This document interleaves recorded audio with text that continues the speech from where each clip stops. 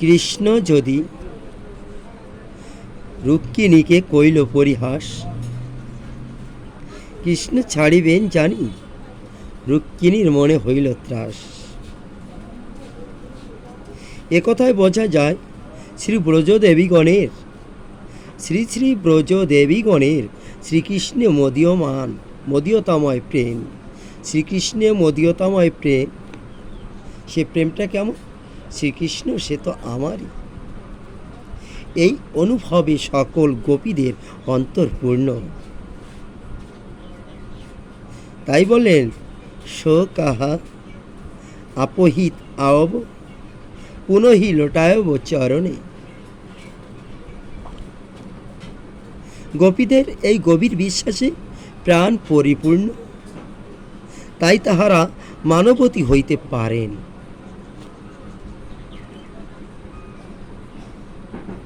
শ্রীকৃষ্ণের অপেক্ষাও তাহারা করেন না, শ্রীকৃষ্ণই তাহাদের জন্য অপেক্ষা করেন। তাই বলিয়াছেন, কি বলিলেন? রাসের দিন সকলের হাতে হাত ধরাধরি করিয়া ভগবান শ্রীকৃষ্ণ নাচিয়েছেন। যখন নাচিতেছিলেন তখন প্রেমের আবেগে শ্রীকৃষ্ণচন্দ্র শতপ্রবৃত্তি হইয়া গোপিকাগণের কণ্ঠ জড়াইয়া ধরিলেন। কি বললেন? অশ্বভুজদণ্ড গৃহীত কণ্ঠ।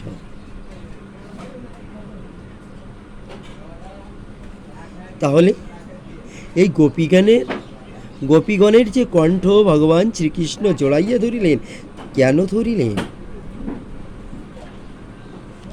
এখানে মনে হয় এরকম হতে পারে, তাহার নিজের প্রেমের আবেগ অপেক্ষা গোপীগণের প্রেমিক আবেগ অনেক বেশি বা তীব্রতর। যে প্রেমের স্রোতের তীব্রতায় কৃষ্ণ হয়তো ভেসে যেতে পারে।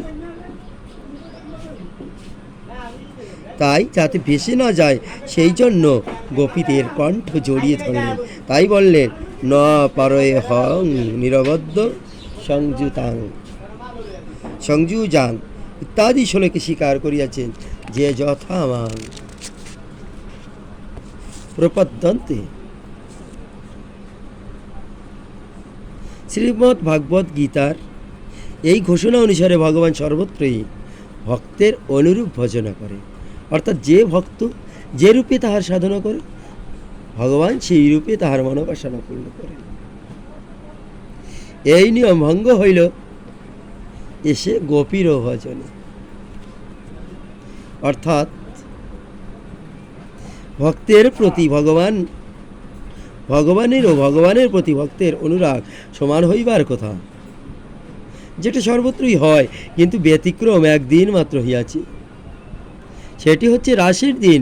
রাসের দিন গোপীদের শ্রীকৃষ্ণের প্রতি প্রেমের প্রবলতা, শ্রীকৃষ্ণের গোপীদের প্রতি প্রবলতা অপেক্ষা তীব্রতর হওয়ায় শ্রীকৃষ্ণ ঋণী হইয়াছেন। গোপীরা ওই দিনে যে প্রেম করেছিল তার থেকে শ্রীকৃষ্ণের প্রেম আরও প্রবল হয়েছিল। তাই গোপীদের কাছে শ্রীকৃষ্ণ প্রেমের জন্য ঋণী হয়েছিল। ঋণের স্বীকৃতি বা রসিক মহাজনদের ভাষায় একথা বললেন, ক্ষত উক্ত ন পারয়ে হং শ্লোকে বিদ্যমান রহিয়াছে। গোপী প্রেমের প্রবল প্রবাহে পাছে ভাসিয়া উজানে চলিয়া যান। এই ভয়ে ভুজদণ্ড দ্বারা তাহাদের কণ্ঠদেশ গাঢ়ভাবে জড়াইয়া ধরিয়াছিলেন। এই অপূর্ব সৌভাগ্য অনন্ত বিশ্বে আর কাহারও হয় নাই। ভক্তগণ তাই বলিয়াছে। কি বলিলেন?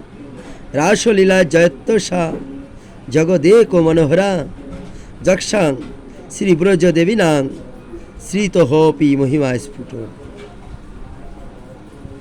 রাসলীলার জয় হোক, যাহাতে শ্রী লক্ষ্মী দেবী হইত ব্রজদেবীগণের মহিমা যে অধিকতর তাহা সুস্পষ্ট রূপে প্রকাশ পাইয়াছিল।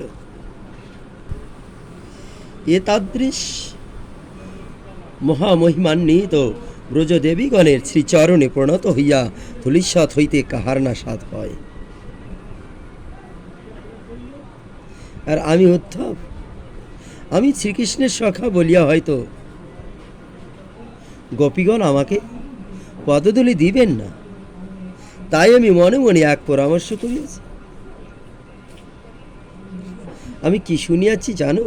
শুনিয়াছি যে যে সংকল্প লইয়া মানুষের দেহ ত্যাগ হয়, পরজন্মে তাহাই লাভ হয়।